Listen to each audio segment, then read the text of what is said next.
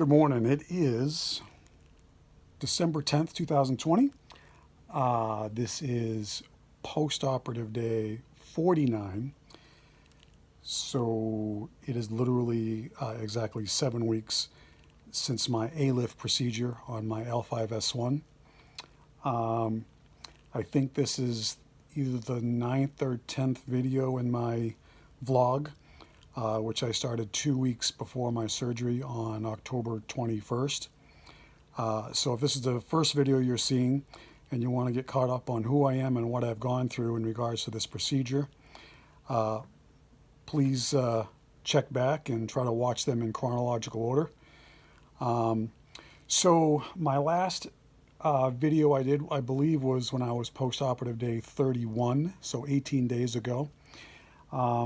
Today I'm wearing my Hunter Orange hunting cap in honor of hunting season that just finished up here in New Hampshire, at least rifle season. There's still, I think, another few days left in the archery season.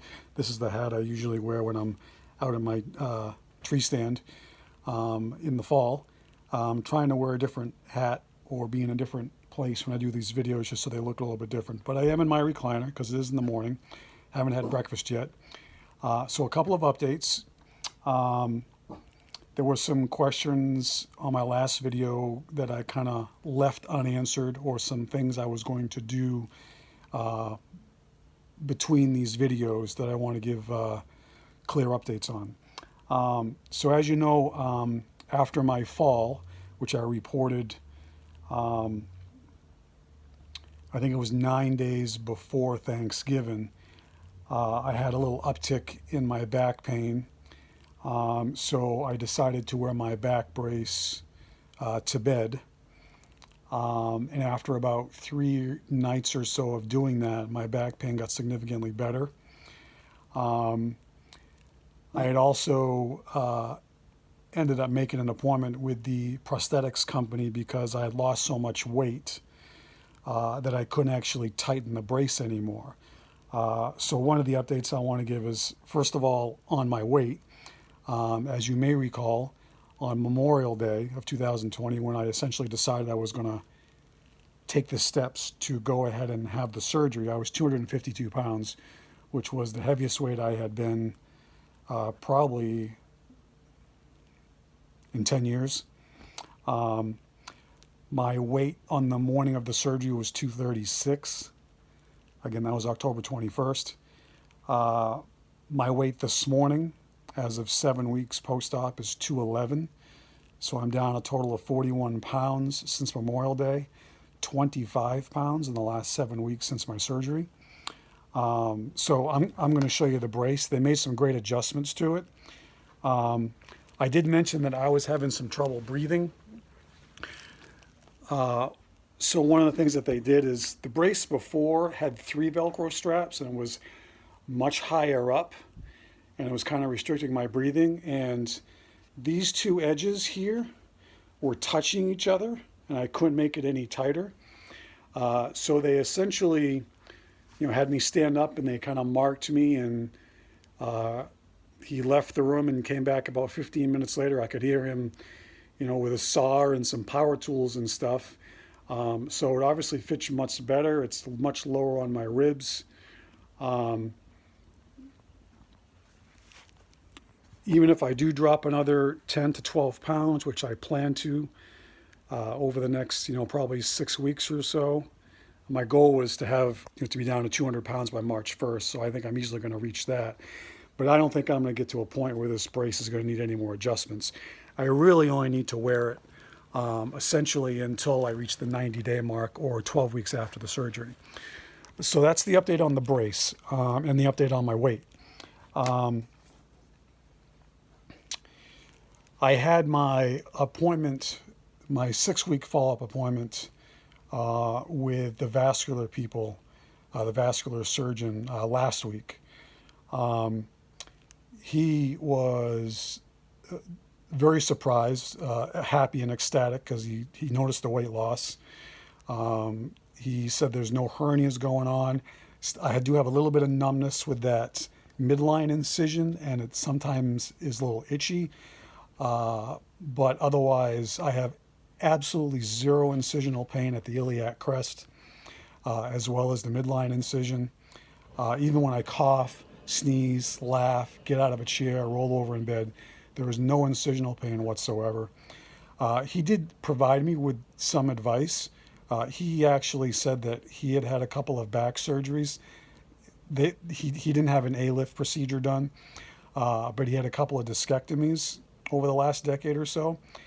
And he's probably my age, 50 or maybe a little bit older. He said the one advice that he was going to give me was that be patient, take your time, don't go too fast in the rehab, in the physical therapy. Don't try to do too much, for at least a year, because this is the rest of your life you're talking about. Go slow, do what you're supposed to do. So, I mean, these are things I had already known and kind of discussed in some previous videos. More on that in a minute when I talk about some more additions to my mantra. So that was nice to hear that advice.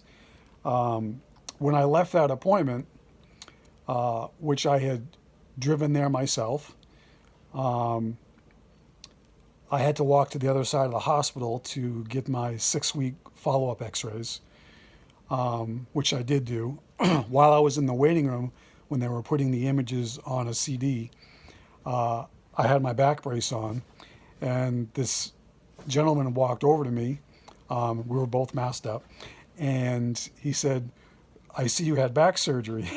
And obviously, because I had the brace on, and he asked me who did the surgery, and it turns out we had the same surgeon.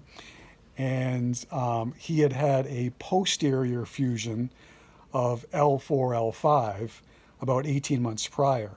And it was so funny because he essentially gave me nearly identical advice. He said, the reason why I knew you had back surgery is because I was getting all of our Christmas decorations out of the attic over the weekend. And he saw the exact same back brace I had sitting in the corner. And it reminded him that he really should get back to doing some stretching and some regular physical exercise. But he said at 18 months after his posterior fusion, he was pain-free and had no restrictions and was incredibly happy with his results. But his advice was very similar to the vascular surgeon's advice in that he said, you got to take your time with the rehab. You got to give it a year. You've got to be really focused on your core and go slow. So in the span of 30 minutes in one day, I got the same advice. Again, it's stuff I knew, but it was reassuring to hear that because, like I have said, the number one thing in my mantra was patience. I'm in this for the long haul, so it's going to take time. My medication update. I had taken gabapentin 300 milligrams 3 times per day since leaving the hospital. And once I got down to 21 tablets, I decreased that to 300 milligrams twice per day for a week. And then once I had 7 tablets left, I just did it once per day at bedtime. Well, that ended about a week ago when I had those appointments with the brace company, my x-rays, and the vascular surgeon's office. And then suddenly, within 24 hours or so, I noticed a definitive uptick, I should say, in my very localized back pain, to a point where after a couple of days it became, I wouldn't say intolerable, but aggravating enough after a couple of days where I decided to go back on the afternoon dose of the oxycodone and Valium. I was still taking my evening dose every single night right before bed just to make sure I got the high quality sleep. But I also realized that after my first or second walk in the morning, I was so uncomfortable that for a couple of days, just late last week, I needed a dose of both the oxycodone and the Valium between 11 o'clock and noontime. And then I was taking it again at 4 o'clock continuing to do all my walking. I was just so uncomfortable. And again, at bedtime. So there was a couple of days last week when I got off the gabapentin where I was uncomfortable enough where I was taking the medicine 3 times per day. Prior to getting off the gabapentin, I was not taking anything in the morning, doing all of my walks throughout the day, which was somewhere in the vicinity of 6 to 10 walks, equaling probably about 2 hours total per day. And then not really feeling like I needed the afternoon prescription medicines until around 4 p.m., maybe 5 p.m. if I could really push through the discomfort. So I had my follow-up appointment with neurosurgery 3 days ago, and I explained this to him, and he said, "Sean, you're doing fine. We're just going to put you on the 300 milligrams of gabapentin 3 times a day. I want you to go on Tylenol, 1,000 milligrams 3 times per day. After a day or two, I think you're going to go right back to barely needing the pain medication. Maybe late in the afternoon, but continue to walk. Don't change anything as far as that goes. And if you still really feel like you needed that nighttime, that's totally fine." He says, "You can be on the gabapentin pretty much indefinitely." He wanted to try to eliminate the oxycodone first. He wasn't really concerned about the Valium. He says, especially when I start PT, which I'm actually going to start tomorrow. That was another update. He says, "Your x-rays look so damn good." He says, "I can't believe the amount of bone material that you laid down." He goes, the x-rays are perfect. There's no need to wait to start PT at 12 weeks. We're going to start you now on post-operative day 50. So I'm starting tomorrow. He was really encouraged by the weight loss, how I looked. He wasn't concerned about my pain medication use. He says, "We're going to throw you back on the gabapentin. We're going to put you on the max dose of Tylenol." He really thought after a couple of days that I would go back to barely needing perhaps a late afternoon dose of the oxycodone and Valium, and then either continuing to take the nighttime dose or completely eliminating that. So I'm here to report today that I've been on the gabapentin now for a little over 48 hours, actually 72 hours now. And I haven't taken any oxycodone or Valium in the last 36 hours. So I didn't take any yesterday. It was 2 nights ago when I took my last dose.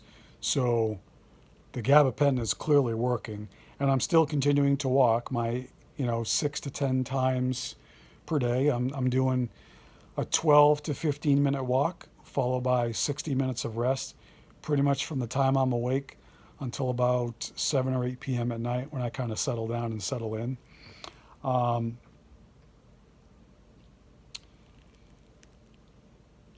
To give you a little update on my mantra, if you've seen my previous videos, you knew that my mantra was patience, pace, perseverance. We had added perfection to that. I also think we should add priority and perspective. I am 7 weeks into what is essentially, in my head, a 52-week journey to return to normal activities.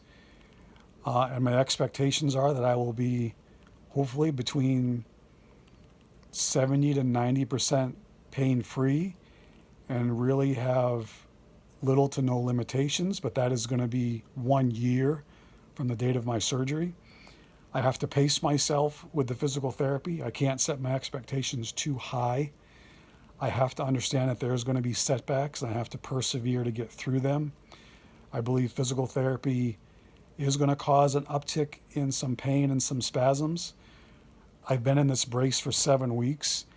I really haven't bent over to do anything for 5 months, 6 months. So my core, both anterior, my ab muscles, as well as my low back muscles, have nothing. I mean, they've been atrophied. They haven't done anything. They're all short. They are going to hate to be stretched. They're going to hate to be worked. So I understand there's going to be setbacks. I'm still trying to be perfect with my nutrition, perfect with my sleep, perfect in making sure I don't slip, near fall, do anything I'm not supposed to do. This recovery is a priority in my life. I've set everything else aside to focus on this recovery from the surgery. And I have to have a perspective about it. Everybody that goes through this is going to be different. Other testimonials that you might watch on YouTube are going to be probably at least a little different, if not very different from my perspective. So gather as much information as you can get if you're going through this. Do your research. Get a lot of different opinions. Ultimately, this decision is going to be yours if you are going through something similar. I hope this is helpful to everybody, as I keep saying. The last update I just want to give you is my short-term disability. I'm hoping is going to be extended through the full 12 weeks. I'm going to have my essentially 12-week follow-up appointment on January 11th with my neurosurgeon. I've already sent in the form, the short-term disability form, to staff health in regards to my accommodations and restrictions that I'm going to have. I do hope, as long as PT goes well and I don't have any major setbacks, I'm hoping to go back to work around January 18th, which is a Monday. I'm hoping to go back half-time, perhaps working 10 a.m. to 2 p.m. or 3 p.m. So seeing patients in the office for 4 hours with a 1-hour lunch break in the middle. Doing that perhaps 4 days per week, having Wednesdays off, and trying that for maybe a month. Maybe a couple of weeks will be fine. But that is essentially the plan. So everything is going great. I've had a great couple of days. I was very nervous last week when my pain had a major uptick. I was incredibly frustrated. I was very concerned that this wasn't going the right direction anymore. I generally tend to be a very impatient guy, so last week was a struggle. I felt frustration and depression setting back in very, very quickly. I was very agitated and aggravated, but after meeting with my neurosurgeon, he kind of he talked me off the ledge because I was not in a good place. I was incredibly encouraged by looking at my x-rays. I couldn't believe the amount of bone growth that I had. And I think he was very surprised by that. I stepped on the scale this morning, lost another 2 pounds. So no pain medication in the last 36 hours. I hadn't been without pain medication for 36 hours probably since August. And it's now December 10th. So I had at least taken 1 dose every day since the end of August. So yeah, I think that's going to close this one out. My next video update probably will be just after my January 11th appointment. I will have been doing physical therapy for about a month. So unless there's something that comes up between now and then, we'll talk to you in a month. Thanks for checking in. Be safe out there. Have a great holiday season. And we'll see you in about a month. Thanks so much.